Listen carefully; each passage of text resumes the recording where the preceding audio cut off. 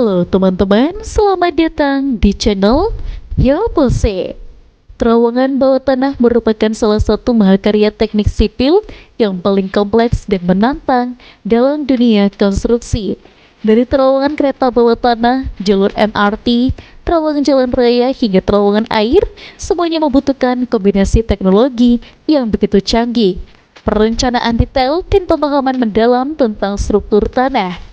Pembangunan terowongan bukan sekedar menggali tanah dan membuat jalur panjang di bawah permukaan, tetapi sebuah proses teknis yang melibatkan resiko geologi, tekanan tanah, dan tantangan lingkungan. Di balik setiap terowongan yang berfungsi mulus, terdapat cerita panjang tentang inovasi dan perjuangan manusia menaklukkan bumi.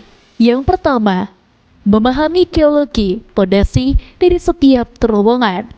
Langkah awal pembangunan terowongan adalah memahami kondisi geologi. Insinyur harus mengetahui komposisi tanah dan batu, kadar air tanah, zona patahan dan resiko gempa, stabilitas tanah pada kedalaman tertentu, dan tekanan tanah dan tekanan air.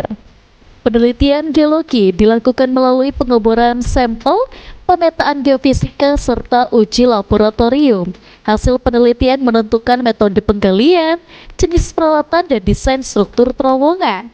Di daerah lembek seperti tanah liat yang jenuh air, terowongan memerlukan kekuatan dan sistem penanganan tekanan yang begitu ekstra. Yang kedua, metode penggalian dari manual hingga mesin raksasa TBM.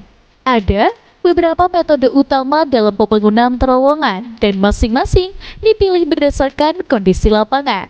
Yang pertama, cut and cover, cocok untuk terowongan dangkal seperti underpass atau jalur MRT yang tidak terlalu dalam.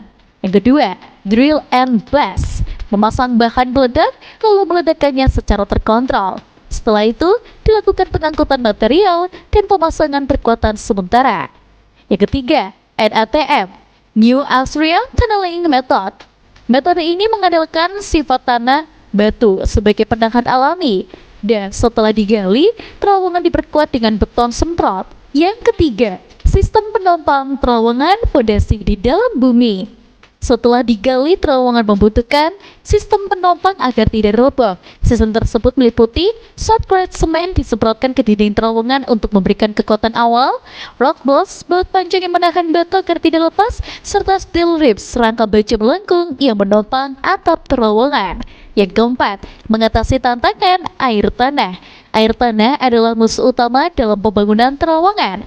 Jika tidak dikelola dengan baik, air dapat merembes ke dalam terowongan, melemahkan tanah, dan menimbulkan banjir mendadak, menyebabkan tekanan air tinggi yang membahayakan struktur. Untuk itu digunakan berbagai teknologi seperti grounding, menyuntik bahan kimia atau semen ke dalam tanah untuk memperkuat dan menghentikan rembesan. Waterproof membrane, membran khusus untuk melapisi dinding terowongan. Yang kelima, ventilasi, penerangan, dan keamanan. Terowongan bukan hanya struktur fisik, tapi juga sistem yang kompleks. Untuk terowongan transportasi diperlukan ventilasi udara. Selain itu, ada juga sistem deteksi asap dan kebakaran. Pada beberapa terowongan panjang, bahkan digunakan shelter darurat dan jalur transversal yang menghubungkan dua terowongan. Yang keenam, pressing tinggi dalam penggalian dan penyambungan.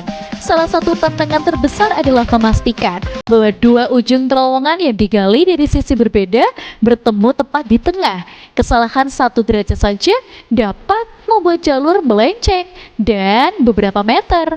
Pembangunan terowongan bawah tanah adalah bukti kemampuan manusia menaklukkan batas alamnya. Jadi untuk teman-teman, jangan lupa untuk like, komen, dan juga subscribe. Sampai jumpa.